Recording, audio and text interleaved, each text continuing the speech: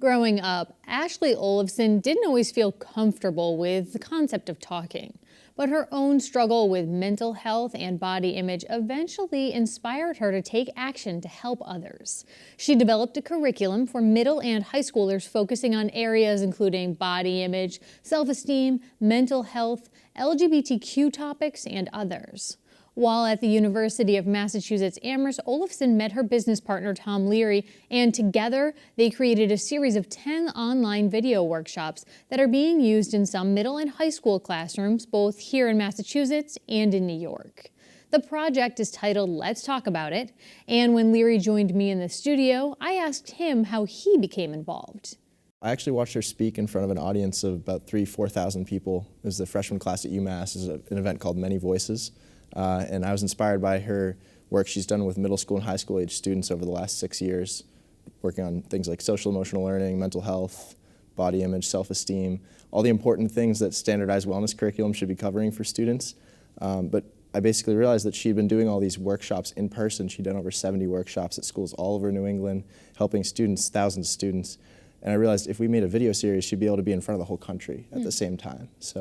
And great, so you pitched that to her to be her videographer, kind of assistant producer. What was your role in the project? Well, we started an LLC together, so we ended up starting a full-on venture with this, and we created a 10-part, 90-minute online video series. Great. Hosted on a website platform. And so lots of topics that are covered in these videos. You mentioned a couple, but body image, self-esteem, mental health, these are weighty topics. Where did Ashley come up with the ideas that she wanted to speak about? Her story is amazing. When she was a sophomore in high school, she did a workshop with a group of 8th grade girls because she realized that a lot of the issues she was going through, she's bipolar, so she's 1 in 5 of the student, 1 in 5 students will have a diagnosable mental health disorder. She's one of those 1 in 5. And she realized that she and her friends were all going through the same issues and no one was talking about it openly and honestly. So she did a workshop with a group of 8th grade girls and it went so well they called her back for another one.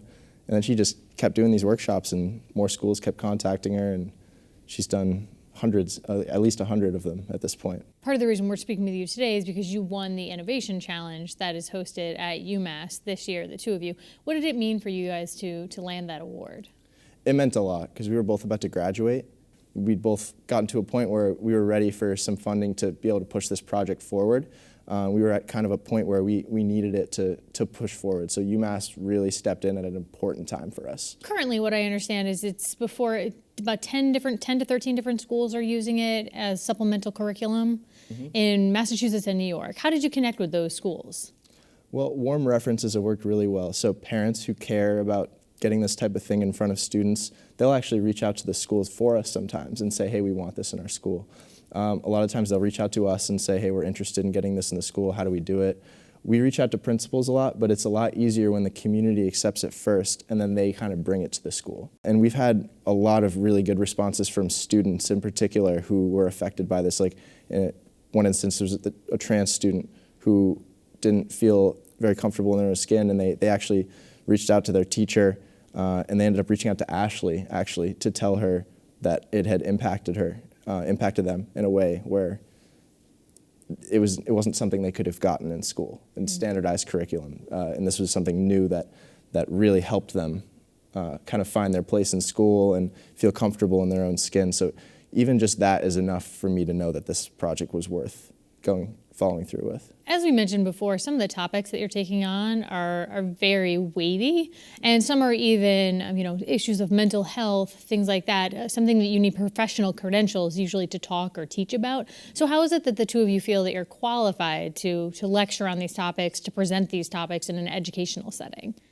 Well, Ashley's been working with licensed therapists and teachers, educators and students alike for the last 6 years. So she's kind of built this curriculum based from an experiential perspective.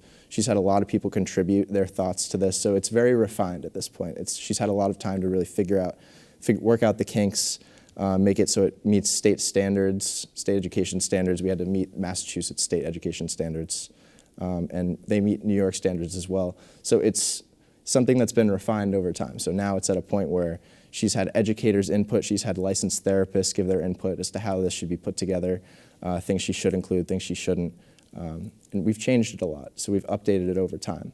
Where do you hope the project goes from here? You've graduated. Ashley's working full-time elsewhere, so that's why she couldn't be here to join us today. Where do you hope the project goes from here? I want every school in the United States to have this in their wellness and advisory classrooms, to be honest, because it's so easy to implement into a classroom. It's 5 to 20 minute long videos, each covers a different topic, and it comes with discussion questions so a teacher can basically take over the classroom. This isn't some digital curriculum. A lot of people criticize digital curriculum because they think it's taking over the classroom and the teachers can't do their job to teach. But what this does is essentially gives the teachers the ability to take over the classroom and engage with the students after they watch something, where they have discussion questions that lead a new discussion that they wouldn't have had otherwise. So I believe this should be in every school in the United States, and that's the goal, ultimately. It's a big goal, and we're pushing toward it.